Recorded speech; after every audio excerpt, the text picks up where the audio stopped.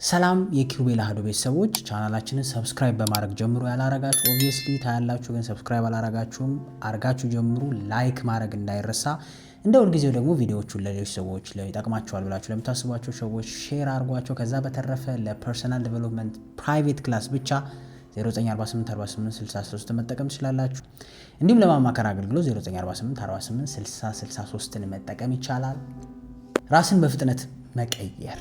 በነገራችን ላይ ራስን መቀየር እኔ ቀላሉ ነገር ነው ብዬ ነው ማስበው። ከባዱ ብዬ ማስበው ልምዶቻችንን ሊሚቲንግ ቢሊቭ ወይም ሽባ አድርገው ያስቀምጡንን ማንነቶች ማስቀረት ነው። በጣም ከባዱ ብዬ ማስበው ምን ማለት መሰላችሁ? የተሸከመ ጀርባ፣ የጎበጠ ጀርባ እላዩ ላይ ሌላ ብትጨምርበት ይሰበራል እንጂ ለውጥ አያመጣም።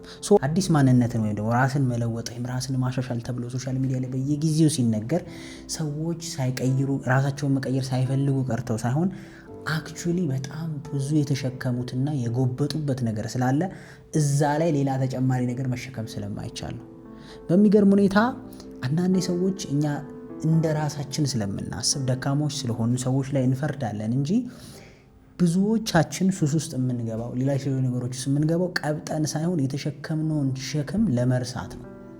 በጣም ብዙ ሰው የተሸከመው በጣም ብዙ ጣጣ ስላለ ግዴታ አእምሯችን ደግሞ ሰርቫይቭ ለማድረግ ሲል ያንን ጭንቀትና ሸክም ድካም ለመርሳት ሲል የሆነ የሚያስረሳው ነገር ይፈልጋል። ሱስ ሊሆን ይችላል፣ ጨዋታ ሊሆን ይችላል፣ መጠጥ፣ ጭፈራ፣ ብዙ ነገር። ምክንያቱም ያን ሸክም ማሰብ ስለሌለበት። አንዳንዴ አስተውላችሁ ካወቃችሁ በጣም የሚከብድ ነገር ስትይዙ ምናምን የሆነ ወይ ዘፈን ለመዝፈን አትሞክርም ወይ ስልክ ፊል እንዳታረገው ድካሙን። ልክ እንደዛ ማለት ነው። የውስጥም ስትረስ፣ ጭንቀት፣ ጫና፣ ችግር ምናምን ሲኖር ሰዎች በቀላሉ በሱስና በመጥፎ ነገር የመሳብ ቻንሳቸው ሰፊ ነው። ኖት ኦልዌይስ በዛ መንገድ ማለት ምን ልላችሁ ነው? እንደዚህ የተሸከመን ሰው ለውጥ ይፈልጋል ከልቡ። በአጭር ጊዜ ውስጥ ህይወቱን መቀየር ይፈልጋል፣ የሆነ ቦታ መድረስ ይፈልጋል። ግን ትልቁ ችግሩ የተሸከመው ላይ ሸክም ለመጨመር ነው ይሞክራል። ምክንያቱም አዲስ ማንነትን መገንባት ራሱን ችሎ ሸክም ነው። አዲስ የሆነ ነገር የሆነ ልምድን መገንባት ያልነበረንን ነገር ለማስኬድ መሞከር ሌላ ሸክም ነው። የተሸከምከው ላይ ሌላ ሸክም። አይ ቲንክ ማቴዎስ ወንጌል ላይ ነው አይደለም? እናንተ ሸክማችሁ የከበዳችሁን ላሳርፋችሁ የሚል ክርስቶስ ቃል ያለው። ስለዚህ መጀመሪያ የተሸከምከውን ማራገፍ የሚባል ነገር አለ ማለት ነው። ቤዚካሊ በዚህ ቪዲዮ እንድናወራ የፈለኩት ከዚህ መውጫ መንገድ አለ ብዬ ስለማስብ ነው። ከዚህ ሸክም መውጫ መንገድ አለ። አክቹሊ የምርም ራስን በፍጥነት መቀየር ይቻላል። በፍጥነት ሲባልን ቀስ ብሎ ማለት ነው። እኔ ማምነው በፍጥነት አንድ ነገር መቀየር ማለት ቀስ ብሎ ሲቀየር፣ ለምን ሁለቴ ሳይሆን አንዴ እያሰብክ እያሰላሰልክ እየተጠነቀቅ ስለምትቀይር ማለት ነው። እኔም በዚህ ነገር ውስጥ ስትረግል አድርጌያለሁ በደንብ። ኦፍኮርስ ብዙ ዋጋ ከፍያለሁ። ኦፍኮርስ ብዙ የማልወዳቸውን ማንነቶች ትቼ ወደምፈልገው ማንነት ለመቀየር በጣም ብዙ ማጋደው ፈጅቶብኛል። በጣም ብዙ ጊዜ ወስዶብኛል። ለዛ ነው 6 ነጥቦችን እስቲ ኮምፓይል ብናረጋቸው እነዚህ ነገሮች በ6 ነጥብ መግለጽ እንችላለን ወይ ብዬ ሳስብ የስ የግል ኤክስፒሪየንስ ነው የምነግራቸው። አንድም የውጭ ኤክስፒሪየንስ የለበትም እዚህ ውስጥ ማለት ነው። የመጀመሪያው ሸክማችሁን አራግፉ። የምሬ ነው። ሰው ሸክሙን ካላራገፈ ሌላ ነገር መጫን ወይም መሸከም አይችልም። የተሸከመን ሰው ብታሸክሙ ትቆለመዋለህ ወይ ተሰብረዋለህ ወይ ደግሞ ሁለተኛ አንተ ጋር እንዳይመጣ ታረገዋለህ እንጂ ለውጥ እንዳይመጣ አታረገውም። ይሄ ሸክም የምንለው ደግሞ የኤክስፔክቴሽን ሸክም፣ ሰዎች በሰዎች የመጠበቅ እንዲነህ እንዲያነ ተብሎ ለራሳችን የሰጠነው ስም፣ ዝና አይደል? ለምሳሌ ዲያስፖራ ምናምን ትሆናለህ አይደል? በቃ ዲያስፖራ ገንዘብ አለው ተብሎ ገና ስለሚሳሰብ ያንን ኤክስፔክቴሽን ራሳቸው ላይ ጭነው ጎብጠው የሚቀሩ ሰዎች አሉ። የሚፈልጉትን መኖር የማይችሉ፣ አገራቸው መጥተው መኖር የማይችሉ፣ ከትንሽ መጀመር የማይችሉ። አይታል የኤክስፔክቴሽን ሸክም ማለት ይሄ ነው። የሆነ ሰው ተምሯል ዲግሪ ይዟል ብሎ ዝቅ እንዳትል ተሸክመህ የምትኖረዋል። ሰው አይልህም ባዘው ያን ሸክም አይደለም። በጣም ብዙ ተምረው ዲግሪ ይዘው ጥሩ ፕሮፌሽን ውስጥ ኖረው ከዛ ደሞዛቸው አልበቃ ብለዋቸው ግን ወርደው እንዳይሰሩ ደግሞ የሰው ሸክም ኤክስፔክቴሽን የያዛቸው የለም። የምር በጣም ብዙ የሚሰቃየው እሱ ነው። ደሞዙ መንገድ ላይ የሆነ ፍራፍሬና ቺፕስ ከሚሸጥ በላይ የማይሆን ሰው መኖር እየከበደው ግን ለሰው ተምሯልና የሆነ ቦታ ደርሷል የሚል ሸክምን ስለተሸከመ ብቻ ቤት ውስጥ ታስሮ የተቀመጠ ሰው አለ። በጣም በሚቸገር ሰው አለ። የኤክስፔክቴሽን ሸክም፣ ማግባት አለብሽ፣ በሴቶች ነገር መሆን አለብሽ፣ መውለድ አለብሽ የሚል የሰው ጫና ብቻ በመሸከም መሆን የምትፈልገውን ነገር እንዳትሆን አስሮ የሚያስቀምጥ ማለት ነው። የጸጸት ሸክም አለ በህይወታችን። በጣም ብዙ ስህተት ውስጥ እንገባለን። በጣም ብዙ የማንኮራባቸው ነገሮች እናደርጋለን፣ ግን ጸጸቱን ተሸክመ ነው የምንኖረው። ያን አድርጌ የሚል ለራስ ይቅርታ ያለማድረግ ሸክም ምክንያቱም የበሰበሰ ዝናብ አይፈራም ነውና የተሸከምከው ነገር እስካለ ድረስ ቅድም ምን እንዳልኳችሁ ጭንቅላታችን ያን ሸክም መርሳት ይፈልጋል። ለረጅም ጊዜ ነው የተሸከመው። የተሸከመ ነገር ደግሞ መደንዘዝ አለበት አይደል? ካልደነዘዘ ህመሙን ፊል እያረገው ያጎበጠው ይሄዳል። ስለዚህ ወይ ሸክሙን መጣል አልቻለም። ካልጣልከው መርሳትን ያለባር። ለመርሳት ደግሞ ሞር ሸክም ትሸከማለህ ሳታስበው። በሌላ በኩል የምታረጋቸው ነገሮች ራስን የምታደንዝዝበት መንገድ አለ። ከሆነ ነገር ውስጥ የምትገባበት አለ። የመጀመሪያው ይሄን ሸክም ማራገፍ ነው። ይሄ ሸክም እንዴት ይራገፋል የሚል ጥያቄ ዴፊኒትሊ እንደሚኖር አምናለሁ። ይሄ ሸክም እንዴት ይራገፋል ብላችሁ ካሰባችሁ መጀመሪያው ስፒሪቹዋል ነገር ነው። ንስሐ መግባት ወይም ከራስ ጋር እንግዲህ በፈለጋችሁት መንገድ ውሰዱት። ይህንን ቪዲዮ የምታዳምጡ የተለያየ ሃይማኖት ውስጥ ያላችሁ እምነትም የሌላችሁ ሰዎች ልትኖሩ ትችላላችሁ። ግን አዘይን ደብዘደ የተሸከምከው ነገር ላይ ሌላ ነገር ሸክም መጫን በጣም በጣም አስቸጋሪ ነው ብዬ ነው ማምነው። ስለዚህ የመጀመሪያው ለራስ ይቅርታ ማድረግ፣ ለሰዎችም ይቅርታ ማድረግ፣ ለቤተሰቦች ይቅርታ ማድረግ፣ ለጓደኞቻችን ይቅርታ ማድረግ፣ ለሶሳይቲው በአጠቃላይ እኛን አፌክት አድርጎናል ብለን ለምናስባቸው ነገሮች ይቅርታ አድርገን ሸክማችንን ማራገፍ። ትላንት ስለሰራ ነው ስህተት ለራሳችን ይቅርታ ማድረግ። በነገራችን ላይ ይቅር እንድትባሉ ይቅር በሉ ነው የሚለው። ለምን ሰው ብቻ እንደሚመስለን አላውቅም። ራስንም ይቅርታ ማድረግ ያጠቃልላል። ለራስ ይቅርታ ማድረግም አለብህ ፈጣሪ ይቅር እንዲልህ ብያምናለሁ። እንግዲህ አትሊስት የኔ እይታ ቤዚካሊ የመጀመሪያው ስቴፕ ከራስ ጋር መታረቅ፣ ሸክማችሁን ማውረድ ነው። በቃ አላግባብ ጭንቅላታችሁ ውስጥ ተሸክማችሁ የያዛችሁት ነገር አለ። ስኬት ራሱ ሸክም እኮ ነው ካላስተዋልከው። ለምን መሰለ? የሆነ ቦታ አንዴ ደርሻለሁ የሚል አስተሳሰብ። እንደውም አንዳንዴ ሶሻል ሚዲያ ላይ ያሉ ሰዎች ሲያወሩት ምናምን የምትሰሙ የለ ሶሻል ሚዲያ ላይ ስለምትሰራ ገና በታክሲ መሄድ የለብም። አሁን አርቲስቶች በየሚዲያው እየወጡ ነው አይደለም? ሶሻል ሚዲያ ላይ እየወጡ ችግራቸውን ማውራት ከብዷቸው የተሸከሙት የሆነ ነገር በመኖሩ ምክንያት አይደለም ራሳቸውንም እንዳይቀይሩ የሆነ ቦታም እንዳይወድቁ ተሳስረው ቁጭ ያሉ የለም ረጅም ሰዓት አላቸው ተብሎ ኤክስፔክት ስለሚደረጉ እሱን ማራገፍ ያስፈልጋል። የምሬ ነው። ሰዎችን ለማስደሰት አይደለም የምንኖረው እዚህ ምድር ላይ። እንደውም ሰሞኑን አንድ ቪዲዮ ሰማው። ብሊቭ ሚ ከዛሬ 100 ዓመት በኋላ አይደለም አንተ ልጅህ ላይኖር ይችላል። አይደለም አንተ የወለድካት ልጅ ወር የወለድከው ልጅ ላይቀጥል ይችላል እዚህ ምድር ላይ። ከነመፈጠርህ ልትረሳ ትችላለህ። ሰዎችን አንድ ለምትኖረው ህይወት ሰው ምን ይለኛል በነገራችን ላይ በጎና መልካም ነገር ላይ መባሉ መጥፎ ነው እያልኩኝ ሳይሆን፣ ግን ሰው ምን ይለኛል ወይም ሰው እንደዚህ ነው የሚገምተኝ፣ ሰው ዘናጭ ነው ብሎ፣ ሰው ሀብታም ነው፣ ሰው እንደዚህ ነው፣ ሰው ደፋር ነው፣ ሰው እንደዚህ ነው፣ ድክመት የለበትም፣ ይሄ አክት በማድረጉ ስቅይት እያልን ወይም መለወጥ አንችል ታስረን የተቀመጠን ሰዎች አሉ። ስለዚህ እሱን አራግፋችሁ ጣሉ። የመጀመሪያው ስቴፕ ኤክስፔክቴሽን የሚባል ነገር ጣሉ። ኢጓችሁን ግደሉት። በቃ የምሬ ነው። ምንም የሌለው ሰው መለወጥ የሚፈልግ ሰው እጁ ላይ ያለውን ወይም ማንነቱን ባህሪውን የሚጠላው ሰው ለምንድን ነው የውሸት እንዲከበርለት የሚፈልገው? በቃ ደሃነ ተባል ሁና፣ የለህም የለኝም ተባል፣ ምንም ችግር የለውም። እንዳለው አክት ማድረግ አይጠበቅም። ማለት አታውቅም፣ ተማር፣ ምንም ችግር የለውም። ከዜሮ መጀመር ይቻላል። ያን አይነት ሜንታሊቲ እንደዛ ሲሆን ሰዎች ኤክስፔክት አያደርጉም። ለዛ ነው በነገራችን ላይ ሚድል ክላስ በጣም የሚጎዳው። ሚድል ክላስ ፋሚሊ ውስጥ ያደገ ሰው ብዙ ጊዜ የሚጎዳው ዝቅ እንዳይል ከድሃ ትንሽ ከፍ ይላል። ወደ ላይ እንዳይወጣ አቅም የለው። መሀል ላይ የተፍጨረጨረ ነው የሚኖረው። ደፍሮ የሆነ ነገር እንዳያደርግ። ምክንያቱም በአንድ ስሙ ድህነት ከሆነ ሰርቫይቨል ነው። ተፈራግጠህ ትሰራለህ። ለመለወጥ ለመብላት ስትል ያገኘውንም ስራ ሰርተህ ራስን ለማሻል ትሞክራለህ። ሀብታም ከሆንክ ያው ቤተሰቦች የሚያደርጉልኛል ምናምን ብለህ ታስባለህ። መሀል ላይ ስታደርግ ግን ኩራትና ይሄ እንትኑ አለ። ያው ሁሉም ላይ ባልልም እሱን ሸክም አውርዱት ማለት ነው። ስለዚህ የጸጸት ሸክም ይሄ ብዙ እንትኑስ ቆሻሻ ውስጥ ገብቻለሁ የሚል ማራገፍ ይቻላል። ማራገፍ የሚቻለው ግን አክቹዋሊ በተግባር ነው፣ በሀሳብ የሚራገፍ ነገር ስለሌለ። አንደኛ ያንን ነገር ደግሞ ላለማድረግ መወሰን፣ ከዛ ንስሐ የሚባል ነገር አለ። እንግዲህ ራሳችሁን ሂል አረጋለሁ ብላችሁ በምታስቡበት መንገድ ምንም ሊሆን ይችላል እንደየግል ፕሪፈረንሳችሁ። የመጀመሪያው ስቴፕ እሱ ነው። እሱን ጥያቄ ከመለሳችሁ ሁለተኛው ፕራዮሪቲን ወይም የሚቀድም ነገርን ማወቅ ነው። በነገራችን ላይ ማወቅ ያለባችሁ እዚህ ምድር ላይ ያለን ሰዎች የምንለያየው በሀብት፣ በእውቀት፣ በሰውነት፣ በውበት ምናምን የምንለያይበት አንዱ ሪዝን ቅድሚያ በምንሰጠው ነገር ነው። የሰው ልጅ ቅድሚያ በሚሰጠው ነገር እዚህ ምድር ላይ ይለያያል አይደለም? አንድ ሰው ቅድሚያ የሚሰጠው መንፈሳዊ ነገሩ ላይ ከሆነ መንፈሳዊ ነገሩ ላይ ጎበዝ ይሆናል። በቃ ምንም ማብራሪያ አያስፈልገውም።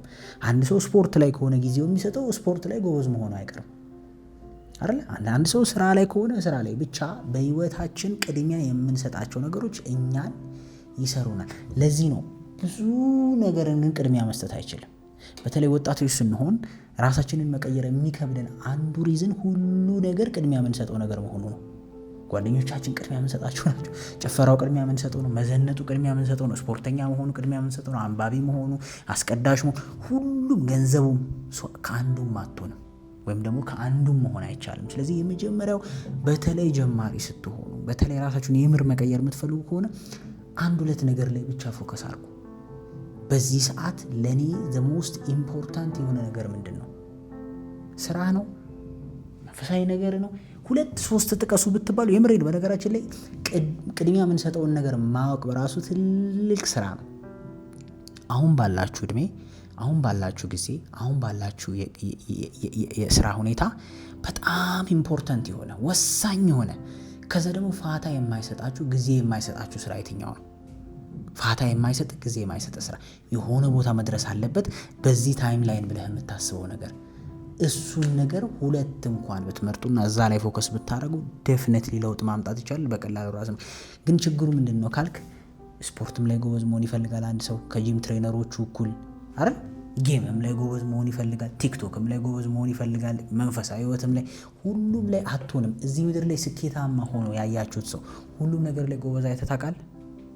እስኪ ጥራልኝ፣ ማንን አይተህ ታውቃለህ ጎበዝ? ኃይሌ ብትለኝ ኳስ ላይ ነበር፣ ሩጫ ላይ ነበር ጎበዝ አይደል? በቃ ሩጫ ነው። ከዛ ውጭ አይተህ ታውቃለህ? ከዛ በኋላ ቢዝነስ ላይ መጣ። አቴታይም ፎከስ ያደረግ የነበረው መኪና እንኳን አይነዳም ነበር። እኔ በጣም ሪስፔክት ስለማድረገው ቪዲዮዎቹን ሀሳቦች ስለምሰማ ነው። የተሰጠውን ማርሴዲስ እንኳን አይነዳም ነበር። በቃ ፎከስ ማድረግ የሚፈልገው ሩጫ ላይ ስለነበረ፣ ያው እንግዲህ የዛን ያክል እንኳን ዲሲፕሊኑ ባይኖር ብዙዎቻችን ጋር አትሊስት ግን ፕራዮሪቲያችንን በዚህ ሰዓት ምንድን ነው? ሁሉንም ሰው ፕራዮሪቲ ማድረግ አይቻልም። በነገራችን ላይ ሁሉንም ሰው ማስደሰትም አይቻልም።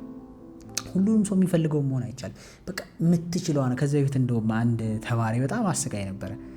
አንዳንድ ሰው ሁሉን ነገር ፕራዮሪቲው ከማድረጉ የተነሳ ከእንቅልፉ ሲነሳ ሻወር ይገባል፣ ጸጉሩ ምናምን ይላል፣ ከዛስ ልብሱን ምናምን ቁም ሳጥን ውስጥ ተኩሶ ይለብሳል፣ ከዛ ኪችን ይገባል፣ ኪችኑን ያጸዳል፣ ከዛ ቆንጆ 7 አይነት ምግብ ያበስላል። ምሳ ሰዓት ደረሰ ማለት ነው። ከዛ ተነስቶ ዘንጦ ምናምን ወጥቶ ምናምን ሲመለስ ምናምን ምንም ሳይሰራ ቀኑ አለቀ። በቃ የምትሰራው ነገር ላይ ነው ፕራዮሪቲ ቅድሚያ መስጠት ያለብህ። ከምግቡም ከምኑም በፊት በእኔ እይታ አትብሉ ሳይሆን ቤዚካሊ በቃ ምስርህንም ሽሮህንም ያገኘውን በልተ ጌት ቱ ወርክ ስራ ከሆነ ያንተ ፕራዮሪቲ አይደለም። አንለስ አንተ የቤት እመቤት ወይም የቤት አጋዥ ሆነሽ የተቀጠርሽ ሴት ካልሆንሽ በስተቀር የቤት አጋዥ ሆነሽ የተቀጠርሽ ከሆነሽ ፕራዮሪቲሽ እሱ ነዋል። ብድግ ብለሽ ያን ስራ ነው መስራት ያለብህ። ካሜራማን ኮንክ ፎከስ ኦን ደ ካሜራ። ሞስት ኦፍ ዩር ታይም ፎከስ መደረግ ያለበት ካሜራ ላይ ነው አይደለ? ፕራዮሪቲን ማወቅ 1 ወይ 2 ከዛ ያልበዛ ለእኔ ህይወት በዚህ ሰዓት ወሳኝ የሆነው ነገር ምንድን ነው? እንደ ኤግዛምፕል ሊድ አድርገን ካላችሁ እኔ በእኔ እይታ የመጀመሪያው ብዬ የማስበው መንፈሳዊ ህይወታችሁና ስራችሁ ነው ብዬ ነው ማስበው። በተለይ ለወጣት 2ቱ ነገር ነው ፕራዮሪቲ መሆን አለበት ብዬ ማምነው ካገኘሁት ኤክስፒሪየንስ ካለፍኩበት ህይወት ተነስቼ። ሰው መንፈሳዊ ህይወቱ ፕራዮሪቲ ከሆነ በተወሰነ መልኩ፣ ከዛ ውጭ ደግሞ ስራው ፕራዮሪቲ ከሆነ 2ቱ ላይ ፎከስ ካረገ ሌላው ነገር በጊዜ ሲንክ እያደረገ ይመጣል የሚል እምነት አለኝ። ስለዚህ ፕራዮሪቲያችሁን ወቁ፣ ቅድሚያ የሚሰጠውን ነገር ወቁ። ካለም ገንዘብም ስታገኙ ፕራዮሪቲ እኮ አለማወቅ ነው። ልክ ካሽ አካውንት ውስጥ 100 ሺህ ብር ሲገባ የት ነው የምትሮጠው ነው? ልብስ ቤት ነው ወይስ ስልክህን ቀይረህ ሞር የተሻለ ቪዲዮ ለመቅረጽ ነው የምትሞክረው? ወይስ ቆንጆ ስጋ ቤት ገብተህ እንትን ነው የምትበለው፣ ቁርጥ ነው የምታዘው? ሁለቱ ልዩነታቸው አይታል። 2 ሰዎች 100 ሺህ ብር ብትሰጣቸው አንደኛው ለስራው የሚያሳድግለት ኢኩዊፕመንት ወይ ነገር ይገዛበታል፣ አንደኛውስ ይዘንጣል፣ በተረፈው ደግሞ ቁርጥ ይበላል፣ ከዛ ወይ ደግሞ አጠራቅሞ ዱባይ ይሄድበታል። ሄደ ለመባል ቅድም ያልኩት ሸክም ፈልገው አምነውበት ጊዜያቸው ደርሰው የሚሄዱ አሉ። አዎ፣ ግን ደግሞ አብዛኛው ደግሞ ይሄዷል ለመባል የሚፍጨረጨረው ያለውን አጠራቅሞ። ቤዚካሊ ፕራዮሪቲያችሁን ካወቃችሁ መቀየር ብዙ ከባድ አይደለም። ግን ብዙ አይደለም ፕራዮሪቲያችን። የምር ካስተዋላችሁ 1-2 መብለጥ የለበትም ፕራዮሪቲያችሁ። በቃ በዚህ ሰዓት ዋን ከሀገር ውጭ ሆነ ያለሽው ገንዘብ ማጠራቀም ከሆነ ፕራዮሪቲሽ ፎከስ ኦን ዩር ማኒ ኤንድ ስራሽ አለቀ። መጀመሪያ ገንዘቡ ከተጠራቀመ በኋላ ነው ወደ ስራ የሚመጣው። ሁሉ ነገር ላይ አይኮንም። ሌላውን ነገር አስተካክላችሁ ሪሌሽንሺፕ ላይ ያላችሁ ከሆነ ሪሌሽንሺፓችሁን ፕራዮሪቲ አድርጉት፣ ከስራ ቀጥሎ ወር ከመኖሪያ ነገር ቀጥሎ። ሁሉንም ነገር ማስደሰት ስለማይቻል 3ኛው እንደው በጣም ይቅርታ አድርጉልኝና ትንሽ ጨካኝ ሆኑ። የምን ራሳችሁን መቀየር የምትፈልጉ ከሆነ ጨካኝ መሆንም ይፈልጋል። በጣም ደግና የዋህ መሆን እንዳትለወጡ ምክንያት ይሆናል። ምክንያቱም በጣም ብዙ ታስደስታላችሁ አይደል? በጣም ብዙ ለመርዳት እንደ አንዳንዴ ሰው እንዳይለወጥ የሚያደርገው በተለይ ከሀገር ውጭ የሚኖሩ በጣም ብዙ ክላይንቶችም በጣም ብዙ የቪዲዮዎች የተከታታዮችም ስላሉ ነው። ማለት ገንዘብ እንዳገኛችሁ የማይሆን ነገር እንዳገኛችሁ ቤተሰቦቻችሁን ህይወት የመቀየር ግዴታ የለባችሁ አይደለም። የምር ስራችሁ ላይ የምር ህይወታችሁ ላይ በደንብ ኢንቨስት ካረጋችሁ ከጠነከራችሁ በኋላ ነው ቤተሰብ የሚረዳው ምን የሚረዳው። ይህንን ስል ግን እናንተ ያላችሁ ቤተሰብ ይራብ፣ እናንተ ያላችሁ ቤተሰብ ይጎዳ ማለት አይደለም።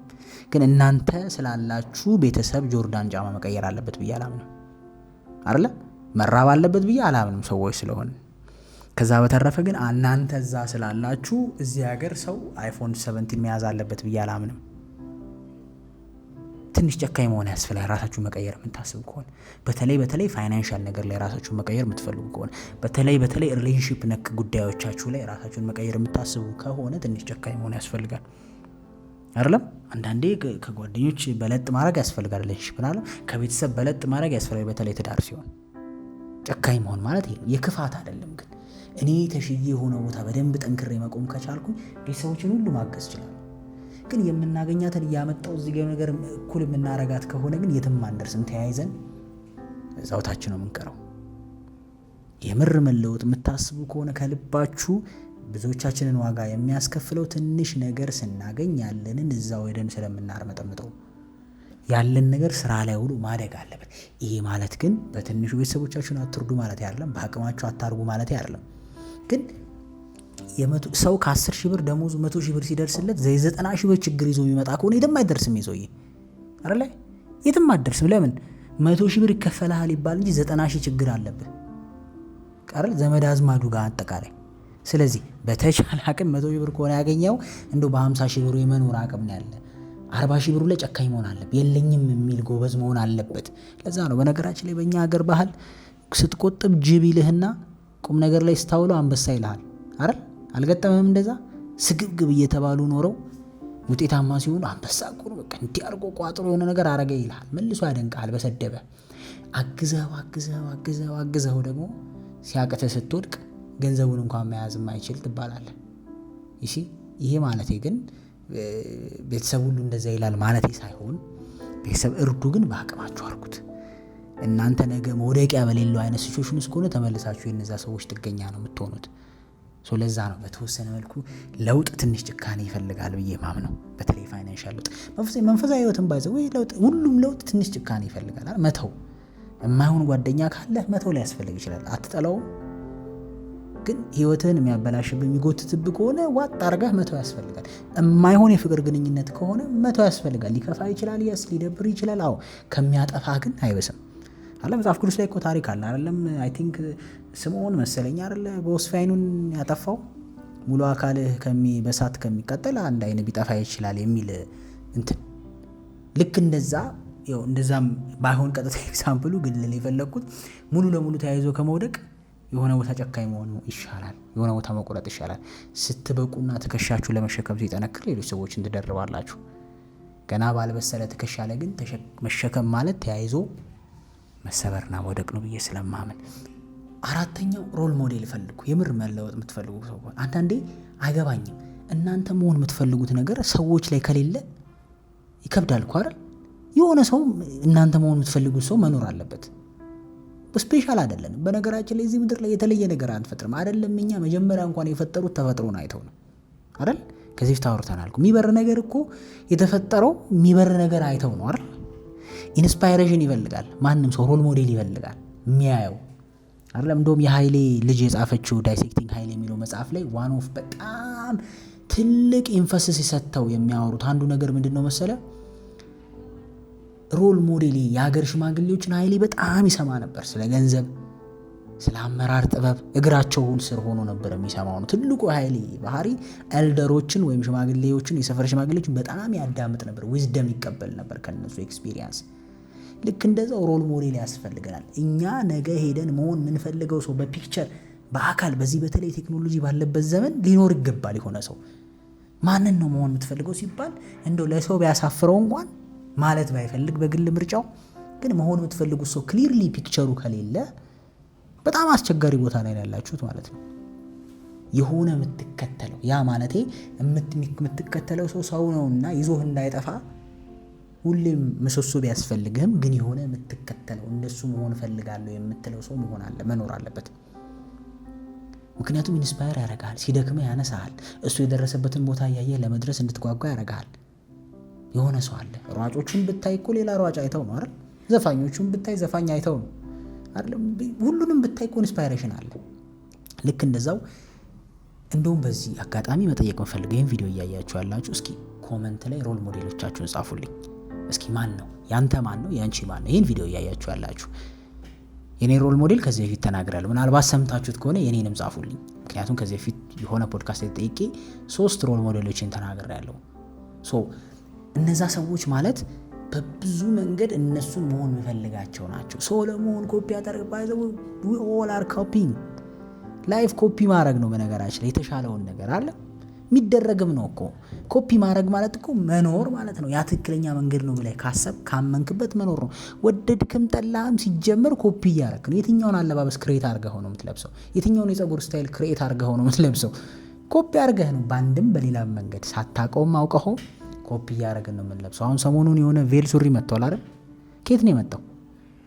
ድሮ ነበር ግን አሁን እንደ ፋሽን ሆኖ አሁን ወጣቱ የሚያደርገው ከወገቡ እስከዚህ በታች ቬል ነው። አሁን አለ እንደ ፋሽን የመጣው ክሬት አድርገው ነው ፋሽን። ዋው ኢንስፓይሬሽን አለው ሁሌ ግዴታ። ያው ቃል በቃል ሲሸመድድ ደስ አይልም ሰው የሚናገረው፣ ግን ኦቨርኦል ኮንሰፕቱን መንፈሳዊ ህይወት ላይ ያላችሁ ሰዎች የሆነ ሰው ኢንስፓየር የሚያደርጋችሁ ሰው ሊኖር ይገባል።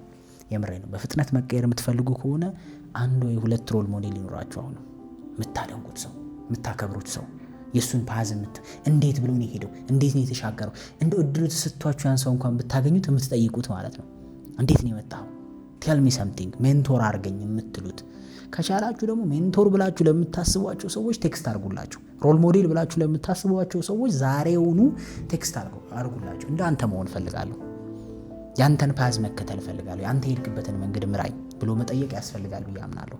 ማንም ይሁን ሮል ሞዴሎቻችሁ ዞሮ 5ኛው ኢንቫይሮንመንት መቀየር ነው። ኢንቫይሮንመንት መቀየር ሲባል ባለፈውና ከዚህ በፊት ስለ ጓደኞች ምናምን ነበር ስናወራ የነበረዋል። እኔ ግን እምላችሁ ዛሬ እድሉ ያላችሁ ሰዎች፣ ቻንሱ ያላችሁ ሰዎች እና እድሜያችሁ ለዛ የደረሰ ወይም እድሜያችሁ ኃላፊነት ለመሸከም የደረሰ በተለይ ከ18 ዓመት በላይ የሆናችሁ ሰዎች ከቻላችሁ፣ በተለይ ከተቸገራችሁ፣ የተለወጣችሁ አላልኩም፣ አሁን ባላችሁ ህይወት ደስተኛ የሆናችሁን ሰዎች አያካትም፣ ግን ደስተኛ ያልሆናችሁ ሰዎች፣ መለወጥ የምትፈልጉ ሰዎች ከቻላችሁ ከዛ ኢንቫይሮንመንት የምርም ብድቅ አክቹሊ ተነቅላችሁ ውጡ። በጣም ብዙ ሰክሰስፉል ሰዎችን ለማጥናት እሞክራለሁ። አብዛኞቻችሁ በሲቲያቸው ላይ አይደለም ሰክሰስፉል የሆኑት፣ በተወለዱበት ከተማ ላይ አይደለም ሰክሰስፉል የሆኑት። ካያችሁ ሙቭ ማድረግ አለብህ ከዛ ኤሪያ ላይ። ምክንያቱም በጣም ብዙ የለመድካቸው የተመቹ ኮንፈርት ነገሮች አሉ። ከተማህን ለቀህ ስትወጣ የሚጠቅም አንዱ ጥቅም፣ እሺ ከተማችሁ ልቀቁ እያልኩ ሳይሆን ስትለቅ ግን የሚጠቅም አንዱ ጥቅም ማንም ስላንተ ጉዳዩ እንዳልሆነ የመጀመሪያ ላይ ሰነን ትማራለህ። እርቦህ ብትተኛ nobody cares who cares? አገር ላይ እርቦህ ቢተኛ አክስት ቤት ትሄዳለህ፣ አጎት ቤት ትሄዳለህ፣ አይደል ዘመድ ቤት ትሄዳለህ። ከተማህን ለቀህ ስትወጣ ግን ማንም ሰው ሳምንት ቢርብህ ሬሳ ይወጣል እንጂ ዞሮ ብሎ የለም፣ አስፋልት ላይ ወጥተህ መለመን ካልጀመርክ በስተቀር። 2ኛው ህይወትህን ለመለወጥ የቻልከውን ሁሉ ጥረት ማድረግ ትጀምራለህ። ምክንያቱም ኮንፈርት ዞን የለማ። ማንም ሰው ግድ እንደማይሰጠው ስለምታውቅ ህይወት አንተም ግድ እንዳይኖርህ ታረጋለች። ሰዎች ጀጅ አደረጉኝ አላረጉኝ ስራ ነው የምፈልገው እንድትል ያረጋል። ፓወር ይሰጣል፣ ድፍረት ይሰጣል፣ ምክንያት ይሆናል። ኤቭሪዴይ ሰርቫይቭ እንድታረግ፣ ኤቭሪዴይ ከኤ ተነስተህ ቢ ጋር ለመድረስ ተስፋ እንዳትቆርጥ፣ እንዳይመሽብህ እልህ እንድትያያዝ ያረጋል። እነዛ ሁሉ ትታቸው የመጣቸው ይዛቸው የመጣቸው ልማዶች መንገድ ላይ ይቀራሉ። ለምን? አይመችማል። አዲሱ ኢንቫይሮንመንት ሩቅ ነህ። የምሬን ነው። በጣም ብዙዋቸው ሶሻል ሚዲያ ላይ የምታዩዋቸውን ሰዎች በጣም ሰክሰስፉል የምትሏቸው በከተማቸው ናቸው አብዛኞቹ አይደሉም። የምርም ስታዩ ከገጠር በእንደዚህ ሳንቲም መጥቼ ይልሃል አይደል? ከሆነ ነገር እንደዚህ መጥቼ ወይ ከሀገር ወጥቼ ይልሃል።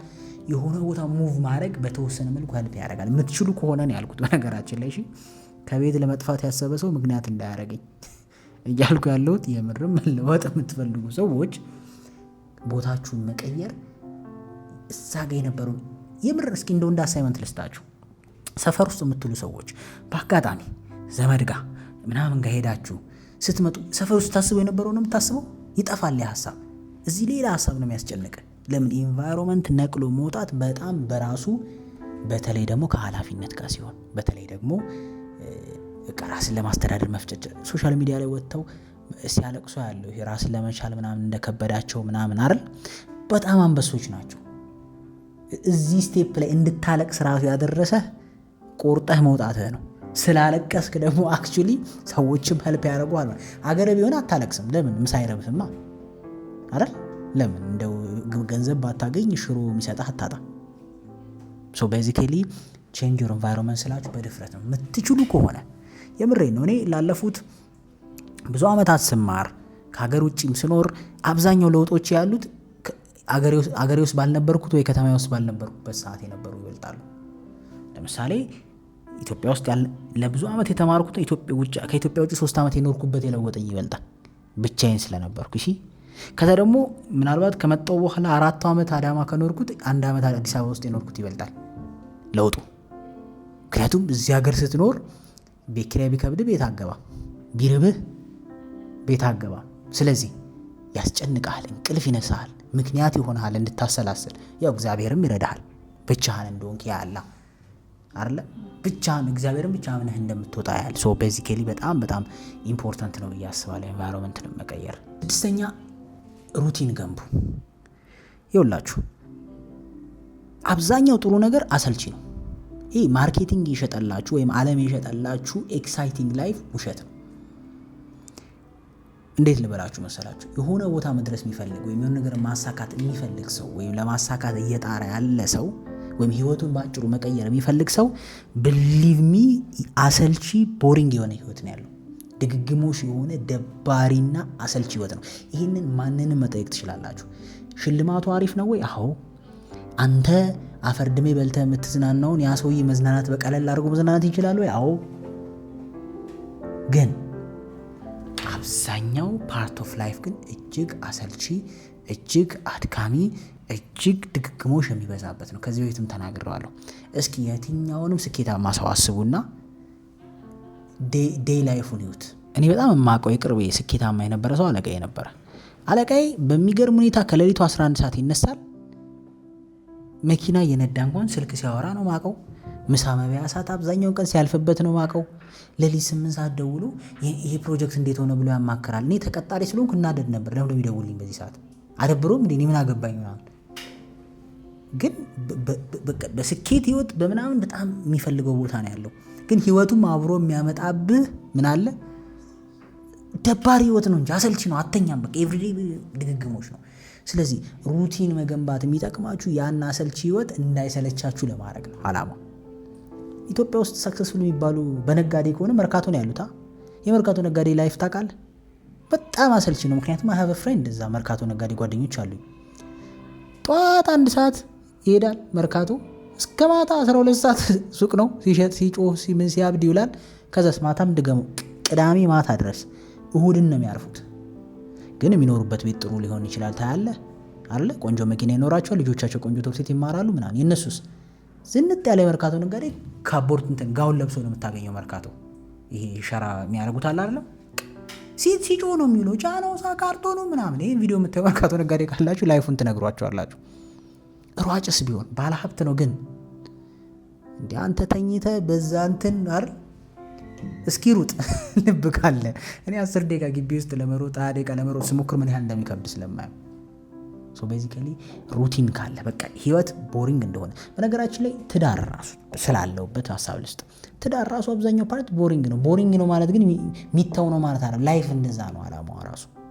በቃ አብዛኛው ነገር ድግግሞሽ፣ የተለየ ይሄ ዋው የምትለው ነገር የለም። በቃ ትነሳለህ፣ ትበላለህ፣ ስራ ትሄዳለህ፣ ትመጣለህ ምናምን። ምንም የተለየ ኤክሳይትመንት የለውም። 80% አይደለም 20% ውስጥ ነች ችግርን ስትጋፈጥ፣ ደስታን ስትጋፈጥ ምናምን እንጂ።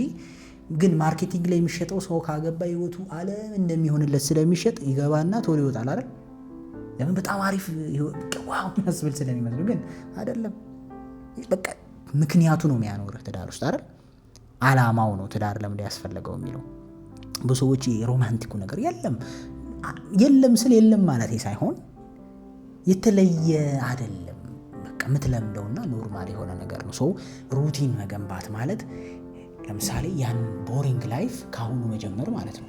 ጠዋት ትነሳለህ፣ ስራን ትሰራለህ፣ ምሳን ትበላለህ፣ ቤተክርስቲያን ትሄዳለህ አይደለ እያልክ መደጋገም ድግግሞሽን። ህይወትም ዓለምም ተፈጥሮም ያ ድግግሞሽ ውስጥ ስለሆነች አይደል ቀንኔው ይመሻል ይነጋል። አንተ ደበረ አልደበረ አይደል በቃ እንደው በቀንና ፋንታ ብትሆን አይደብርም አይሰለችም? ዛሬም ልበራ ነው፣ ዛሬም ልነጋ ነው፣ ዛሬም ልበራ ነው እኮ ነው ህይወት አይደል።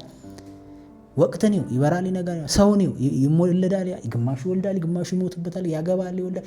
የራስን ህይወት ነው። አሁን ልጅ ያን ህይወት እኮ ነው የምትደግመው። ትወለዳለች፣ ከዛ በቤተሰብ እንክብካቤ ቤተክርስቲያን ትምህርት ስታደርስ ሰዓት ምን ስትል እኔ ስለወለድኩኝ ሳርሰምም ታድጋለች። ከዛ ተምራ ደግሞ የሆነ ስራ ትይዛለች። ከዛ ባል ትፈልጋ እሷን በአገባሪ ትወልዳለች፣ ታረጃለች፣ ትሞታለች። ይህን ቦሪንግ ላይፍ ለመለማመድ ሩቲን መገንባት ያስፈልጋል። ያ ማለት ህይወታችሁን በተቻላችሁ አቅም ፕላን እንዳርጉት ማለት ነው። በቃ ጠዋት ስራ ነው፣ ከዛ ምሳ አለ፣ ከዛ ስራ። ይሄ ላይፍ የሚቀጥልና እንደውም ዲሲፕሊን መገለጫም ስለሆነ በተቻላችሁ አቅም ላይፋችሁን የተለየ ኤክሳይትድ ለማድረግ አትሞክሩ። ስለማይዘልቅ ብዙ ኤክሳይትመንት ብዙ ዲፕሬሽን ያመጣል። ብዙ ጭንቀት፣ ብዙ መሰላቸት ነው ያመጣው። በነገራችን በተቻላችሁ አቅም ህይወታችሁን ኤክሳይቲንግ ለማድረግ አትሞክሩ። ሜክ ኢት ሲምፕል አይደለም፣ ሰላም ያለው እንጂ ደስ የሚል አይደለም ህይወት። ሰላም ያለው ብቻ ይሁን።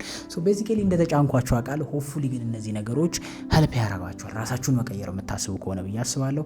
እንግዲህ ሰሞኑን ጠፍተናል፣ 20 ምናምን ቀን አካባቢ ሶሻል ሚዲያ ላይ ጠፍተናል፣ በተለይ እዚህኛው ቻናላችን ላይ። ከዚህ በኋላ ግን እንደ ድሮአችን ኮንሲስተንትሊ በሳምንት 2 ቪዲዮ 1 ቪዲዮችን እየተገናኘን በደንብ ሼር እናደርጋለን። ቪዲዮን ከወደዳችሁት እንደው ጊዜው ሼር አድርጉልን፣ ላይክ አድርጉት፣ ሰብስክራይብ አድርጉ ምናምን ብለን አናቅም። አሁን ግን ማለት ግድ ሆኗል። ምክንያቱም ሰዎች ቪዲዮን አይታችሁ ሼር አድርጋችሁ ዳውንሎድ አድርጋችሁ ግን ላይክ እንኳን አታረጉም፣ ሰብስክራይብ እንኳን አታረጉም፣ ኮሜንት እንኳን አታረጉም። በዚህ በጣም ከልባችን አዝነንባችኋል። ኤኒዌይስ ግን እንደዛ ያደርጋችሁ እንድታዩት እንመክራለን። ቴንክ ዩ